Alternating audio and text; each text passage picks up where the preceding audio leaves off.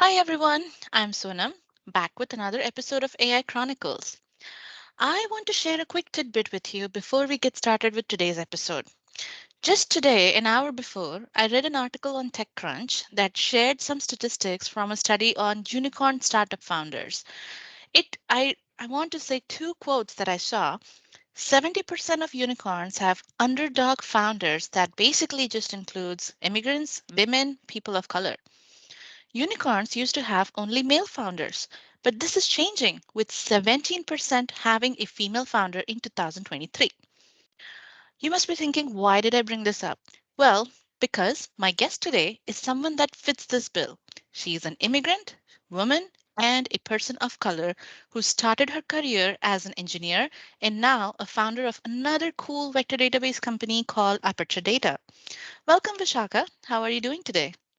Thank you, Sonam. I'm very happy to be here and doing just fine. How are you? Awesome. I'm pretty good, thank you. So I am very curious to know, why did you want to become a computer science engineer? Oh, if you say if I always knew, the answer is no.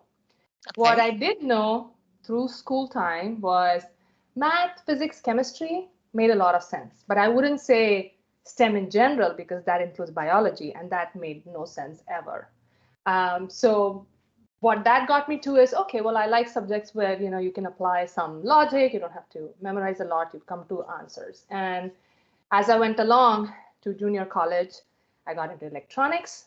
I loved it. And then it so happens before applying to undergrad, uh, my dad learns from somewhere in terms of computer science is going to be the next big thing. It's a great engineering field. Do you want to go for it since you don't want to become a doctor? I'm like, that sounds good. Let me try for it. And I got into the program, and I still had the option if I wanted to switch to electrical and computer engineering at the time when I went to BITS. But computer science just started, like, it just became really, it was fascinating. Um, Funnily enough, a lot of people, today, especially if you talk to a lot of people, they like Python based programming, they'll do Java programming. I loved assembly. I love being close to the hardware. I could picture the signals and currents and all the diode triode stuff that I had learned during the electronics part. And it just like it made a lot of sense. And it took me actually a long time to understand pointers and data structures, which is kind of weird, given down the career path. I built a graph database. You would think that I would have always known and understood those concepts, but I had to actually, when I came to Carnegie Mellon and implemented an operating system kernel, and we had to implement like how the page directory works and how all those things, how memory indirection happens. Going down to the hardware along the software boundary is when it finally clicked.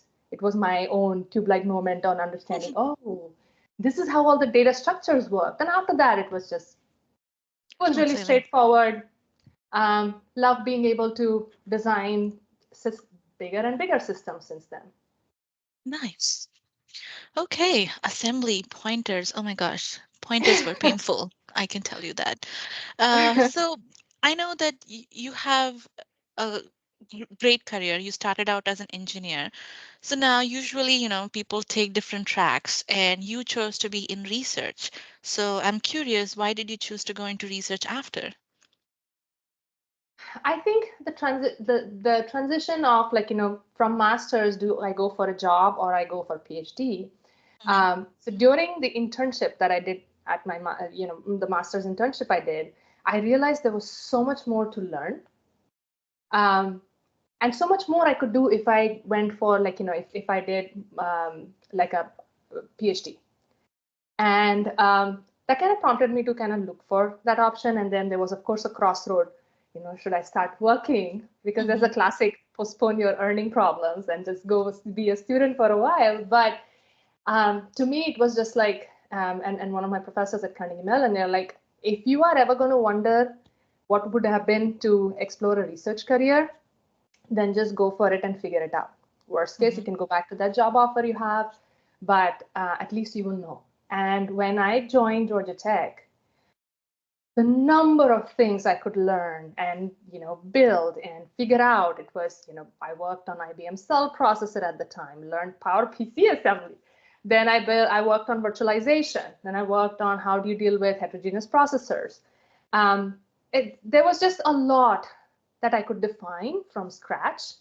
Um, I liked being on, the cutting edge of things. In fact, so cutting edge, we were too early. So we had to go after we had to go through some number of rejections until people came to the realization, okay, this idea made sense. To give you an example, we virtualized GPU when it was CUDA 1. Wow. And Okay. it's only gained a lot of steam now that everyone is running out of GPUs. Um, Exactly. but we it was my internship project to get started on that. Um, and the same thing with the work that we've now built this company on. We were early in recognizing the value of vector search combined with metadata search, um, and dealing with multimodal data, or the need for a database that could handle that. So there's still, even though we might be early, but then you get to define the parameters, you get to explore and learn, and you get to figure out what's out there, why and how you can be different. And that's what research gets you, not in the constant you have to deliver something, Mm. or not into constant bug fixing. You can take that time to figure out, you can take that time to define your interfaces right. It's a very, compared to what the life is today on Mhm. what I'm doing, that part was really that part was equally exciting in a very different way. So that's kind of how I got into research. It's more about building, especially starting from scratch. That makes Yeah, it more exciting, right? Fair enough. Um, Pivoting a little bit, with your career experiences and what you do now, how do you inspire others? that's a complicated question because I don't go asking people, have I inspired you and how? But if I were to just quote one of my friends who she's recently become a founder herself, she's like, I have seen a lot of founders, um, including my spouse, but all of them just look so tense and worried about everything, and they suddenly have no time for anything else. Or more importantly, they cut down on a lot of, sometimes families get affected in terms of how much time they spend. And then I meet you every time, you're excited about the journey, you're working as hard, but you still have everything that's going on with your kids. You spend time with your family, you prioritize that, and you still smile. And you're extremely down to earth about it. That's the kind of examples I need. That's the kind of, and that's what's really encouraging me, that I can do this. And I can, there are a lot of statistics that can discourage you from, especially as a woman founder. You keep reading about only 2% funding goes here. What if, there are not enough technical women founders, or and you have to, you'll just be ignored because of the gender. It's kind of hard to put all that aside and decide, I'm just going to do it because it makes sense to me. I'm going to enjoy the journey. As much as I'll be focused on the destination, I'm going to enjoy the journey. And it's that sort of approach that I have. Apparently, that helps people kind of go for it.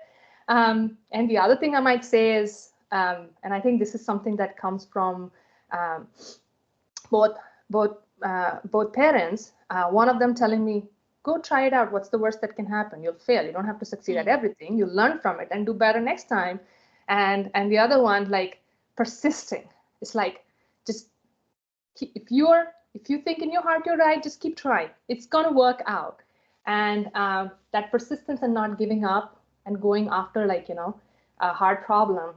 I think sometimes, hopefully, that inspires people to do and take on this complicated path, I would say. No, it makes sense. Try and try again until you succeed. That's the quote that I have been learning and, trying and implementing all my life. Speaking of enjoying the journey and, smiling and go and do it kind of attitude, what was the motivation behind taking that next step to entrepreneurship? That's a great question. So when I was, I was working on, this kind of takes it back to the project a little bit. in terms of, we got started as part of a research center in understanding what are the data management requirements when your Mhm. workloads are primarily deep learning pipelines that are operating on complicated data, like image, video type of data. Um, and prior to that, I had been working on building this graph database. So they were all fascinating projects, close to my heart in terms of hardware software co-design, understanding what hardware you have, building that into the software, and delivering something to the user. And I just was, I first it was a research project to do a good job, make it highly scalable, highly performant. I mean, I'm from Intel. Performance and scale, it's kind of like a built-in Yeah. thing that we do, right? And so we started with that. But the more we talked to data scientists and machine learning engineers, and the more we looked at the trends in the industry, um, this whole deep learning, machine learning, it just looked like it was going to continue growing really fast. Mhm. So offering something as fundamental as a data layer that helps them solve, or at least have an easy way to solve data problems, that seemed like a very, that seemed like the kind of research project or maybe product path that made sense. And so that kind of started like, okay, well, maybe this is something I want to do for a very long time. I want to make it scalable, make it really usable. We had a great team working on it. And so as we talked to more people, it just became apparent that just a research prototype was fine to give them ideas. But if we could put that into production, if we could make it accessible and easily usable, and there was a lot of usability stuff around it, like make it easy because we're talking about complicated data already, Mhm. um, then it would be great. So very interesting problem, huge potential, and there were some like life triggers in terms of like moving, relocating, and things like that, which got me to thinking, well, why not? And there was always like thought behind the scene. Uh, could could we build something that people really could benefit from? And I've not been someone who will directly go and cure cancer. If you think about my fear of biology, it kind of makes sense. Makes sense. But if we could have infrastructure that allows somebody else to do some research that helps them cure cancer, that sounded like a really like a prospect worth exploring. So all of these Absolutely. things combined is what led me to is like, okay, let's give it a shot. Nice. Nice. So, in the early days, I know being a startup founder, I can tell from all my conversations with the startup founders and listening about all the fun stories that people have.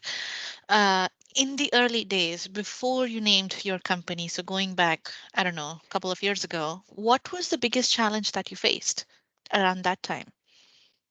Well, I mean, I think I really enjoyed working at Intel. I had I had figured it out. I could solve problems. I had a good team. Um, it was the thought of giving all that up. And you hear all these stories. Founders work 80 hours a week. Mhm. They have to travel a lot. They don't see their families. And we already had a 3-year-old at the time and the second one on the way. And it was like, how is it going to work? So it was at the time, technology wise, I was pretty certain this was going to be cool. This was going to be Mhm. something people would need. And there was, and we could build it. We had the background and the ability to build it, or at least we could put together a team that would help build it, right? So there was one problem solved. We knew there was a market. Um, but there was this aspect of, at that stage, when I was like, I literally go back to the time when I was like thinking about names, it was, can we do it? Can we manage Mhm. it? Both of us working spouses and kids, without without like letting go of the time with kids, because that was equally important, right? So it just had to be like internal discussion, support from husband to figure all this stuff out. Financial Mhm. evaluation, could we keep going with what we had, um, and just actually saying, okay, there's going to be a phase of life where I am giving up a job that I've been good at, where people appreciate me. I'll be giving all that up for something I have no idea where it's going to go. I just have intuition and theories that it's going to work. maybe some little validation here and there, but it's like jumping down the cliff and hoping the Mm-hmm. parachute opens and you land somewhere, right? It was that. So it was a, I would say it was more of like a emotional and that sort of decision that was challenging Mm-hmm. at that time. Got it. Got it. And add to the fact that I didn't really know much about being an entrepreneur. But that was fascinating because then that was another Yeah, learning opportunity. exactly. Yeah, yeah. So you mentioned about challenge and it was a discussion and an emotional decision as well. So what was the best thing you learned as an entrepreneur till date? You just have to become comfortable with not knowing stuff and still having to make decisions. It requires a lot of grit. It requires just the ability to jump into it and hope that'll work out or iterate. Um, and you really have to build a really good team that will make the journey enjoyable. Be okay asking for help. So best thing, I don't know, a number of things. Yeah. Fair Yeah. enough. Awesome. Um, I remember you just mentioned how you like the assembly coding and the pointers and all those geeky stuff. And you enjoyed building throughout your research time and at Intel as well. So, do you miss coding and doing all the cool geeky CS stuff? Sore spot, Sonam, sore spot. Yes, I do. Um, I literally, listen in on some of my team meetings just so I know what they are building and kind of live through them. Living And vicariously through that. and I have to tell you, uh, in my experience, code is a lot more understandable than people. And lately, I only get to deal with people. Um, so yes, I do miss it, and the most I get to do is create demos and answer questions about the technology and feel good about the fact that I can. Well, that's something. It's better than nothing. Um, so yeah, living vicariously through your team members and doing all the, learning about the coding and stuff. And of course, the entrepreneurship challenges. That's a difficult word to say. Even the word Uh, is hard. yeah. But throughout your industry and academic career, did you find it hard or easy to be a woman in tech? I think, in short, it was like, just tech being difficult, and you have to do what you have to do and work hard. But there Hmm. were times, for example, where I went during undergrad as a safety thing. We had to get in our hostels by 11 in the night, right? And that meant no access to computer labs that were Oh. outside our gate, no access to library or working with teammates if they weren't in your hostel, Mhm. and no food after 11. And if you know me, I mean, like, I feel hungry if I think a lot. So, and when you're debugging code, you think a lot. You need food. Um, Yeah. you just had to have a desktop in your room and build, like, have like project partners that were other women, other than, instead of getting to exchange ideas from guys who would work all night on these things and figure some things out. And I wish they had figured out a way to not let safety be a problem and not restrict us, Hmm. for some, like, so it's not like someone was actively making it hard for just me. It was just hard in terms of the social construct at the time. I think that has changed now from what I heard recently. And I just had to get over the fact that a lot of the times, in research or in some, like, big meetings, and it happens very often even today when I do demos, that I'm the only person in the collection who looks like me or who's a woman, right? And you just have, even though nobody is actively making it hard, you just have to be okay with that fact. Mm. In fact, when I started working, I think that was the first time my team had a woman. So they had not, they were actually, I mean, there was no discrimination Of in the course. team, right? But they Hmm. just didn't know what I would like to talk about. And because I'm like, okay, do they talk to me about their families? Do they talk to me about work? How much do I like talking about work? Do I like talking about Star Trek characters?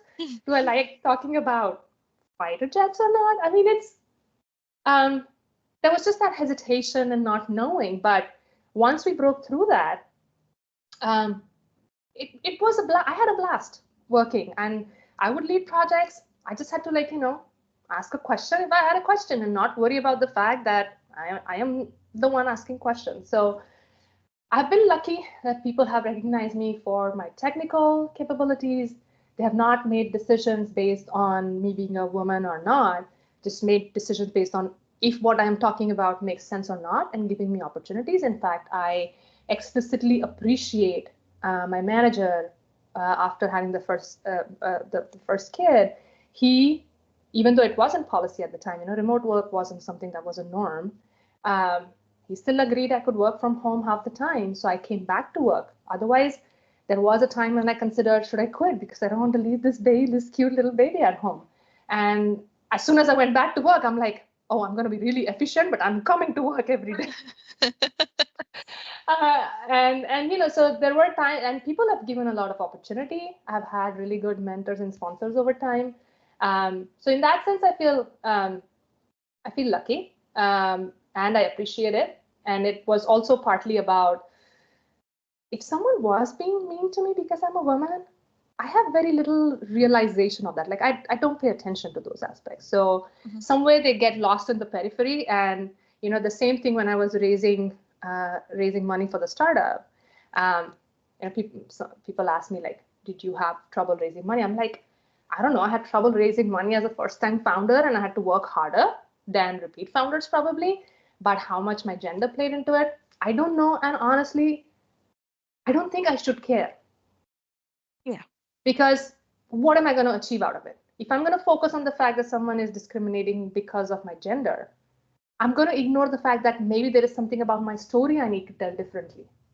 And so I chose to focus on the story, and we did manage to raise. And in fact, I look at it as the investors we do have are the right kind of investors who are not going to worry about my gender. Um, so yeah, there may have been conscious struggle, there might have been subconscious struggles, but Hmm.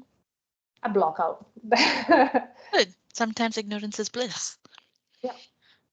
Hey, so we spoke a lot about startups and fundings and fundraising and all those things. Let's look like tell me about what is Aperture DB in, and I'd love to know or hear about two different explanations. One, go as technical as possible, and the other, be as simple as possible. Let me give it a try. It's been, changing from researcher to entrepreneur, that has been the biggest pain. Hmm. Saying in that, the simple terms that you said, that has been a work in progress. I agree. Um, and so, so in terms of technically how I would describe, so Aperture DB is our product, Aperture Data offers, and it's a database that we specially built for multimodal AI. Okay. What does that mean?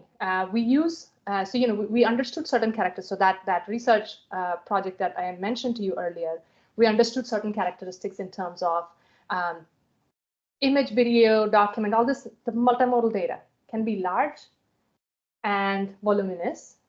It's often accompanied by metadata, connected metadata, and there is a possibility to search for what you need by content rather than keywords. And the fourth aspect is this database is going to be part of a much more complicated pipeline. So it needs to work with seamlessly with different machine learning tools. Right. And so what we built is basically we have a graph database and a vector database to combine the power of metadata search with vector search to find different modalities of data that you need in the format you need and to serve the entire AI pipeline, not just one vector search query or one labeling integration. It's all the way. We see Aperture DB as the unifying data layer, all the way from data collection to curation to labeling to training, validation, and analytics. Hmm. So that was my technical explanation for it. Now let's go to where does it matter and why do we do this? And I'll take a customer example for this. So we've been working with this company, and there's a case study on our website for it if anyone wants to look at the details. Badger Technologies, they have robots that they deploy in grocery stores, and those robots basically go walking around grocery store aisles in the morning before customers come in. They take pictures of the shelves, convert those pictures to embeddings, send the embeddings to do vector classification, and get a result saying, is this a cereal box? If it says no, it's an olive oil bottle, then you know that's wrong, because if someone comes looking for cereal box in cereal box aisle, you're not going to give them olive oil. They're not going to buy it. Same thing with price matches and stuff, right? So they have a very clear case of identifying misplacements, out of stock, any dangerous things on like spills or something in the store. And the better job these robots do, the more the stores can present their items correctly, not incorrectly, correctly, and sell more. So where do we come in all of this? The robot basically is sending a bunch of vectors, right? Thousands of vectors per second. ApertureDB vector classification is what it uses to get results in terms of what am I what do these vectors represent? So that's a production use case for us, where the database is giving really fast vector and metadata search to answer these questions. Now, going back to the unifying data backend, that robot is running a machine learning model that takes a picture and converts it to an embedding. And that model needs to be trained on grocery store data. It needs to be stored on labeled grocery store data. And so if we go back to the training side of this, you need something that's going to collect the images, feed it to a labeling tool so you can get the annotations back, and then feed that data queried by labels, like, okay, I want to train my model to recognize all cereal boxes, to something like a PyTorch or TensorFlow. And if you look, if you put together the fact, each one of these stages, so data collection, labeling, training, and then the vector query, they are all talking to the data, metadata in one way or another. And that's what ApertureDB is really good at offering. You can search by keywords, you can search by annotation, or you can search your data by vectors, and you can, and given we integrate with these tools like labeling tools and things like that, it becomes really that we take away the data management and data set preparation pains and time that people spend to give them back the time to do machine learning or build better models and things like that. Got it. Can I see a quick demo? Oh, absolutely. Well, be prepared. You asked me to go into this. All right, then. Demo gods, help her. All right. Do you see my screen? Yes, and a very complicated diagram. So that's today's data management. You are taking, on the left, you see input of various kinds. You get images, videos, documents, metadata. I usually build this, but I just wanted to kind of bring this right out there. And at the end is where you see where you want to go, models to deploy, recommendations or vector classifications or data to display. But in order to go from one place to another, these are all the tools that you have to put in place to achieve it. This is your current option.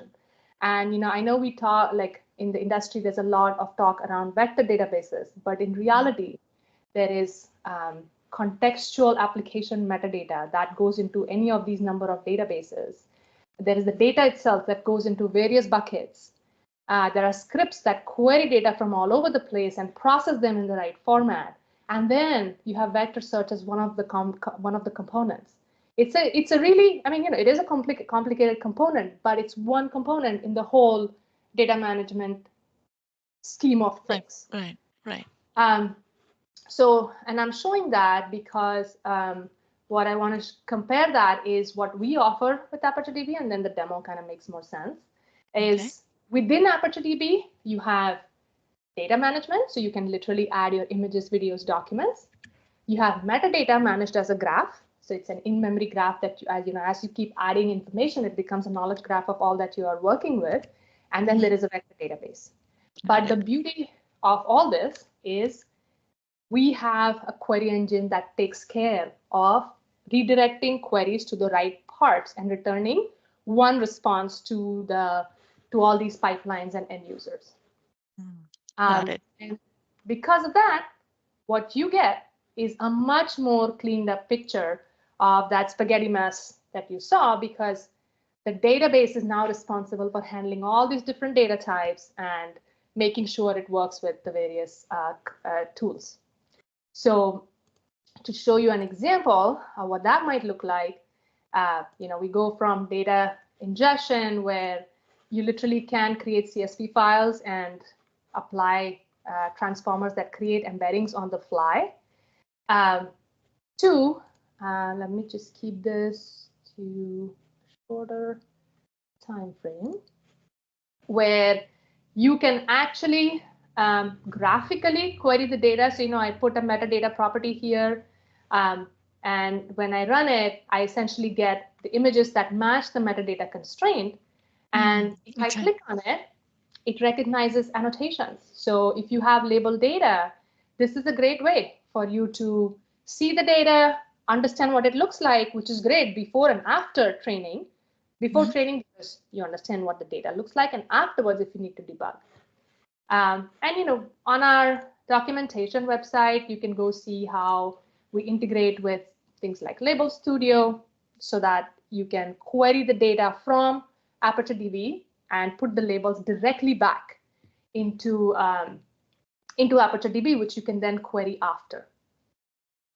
Got And it. real quick, if I show you how you combine vector search um, with, and this is where we hope that I did fix the problem I saw yesterday.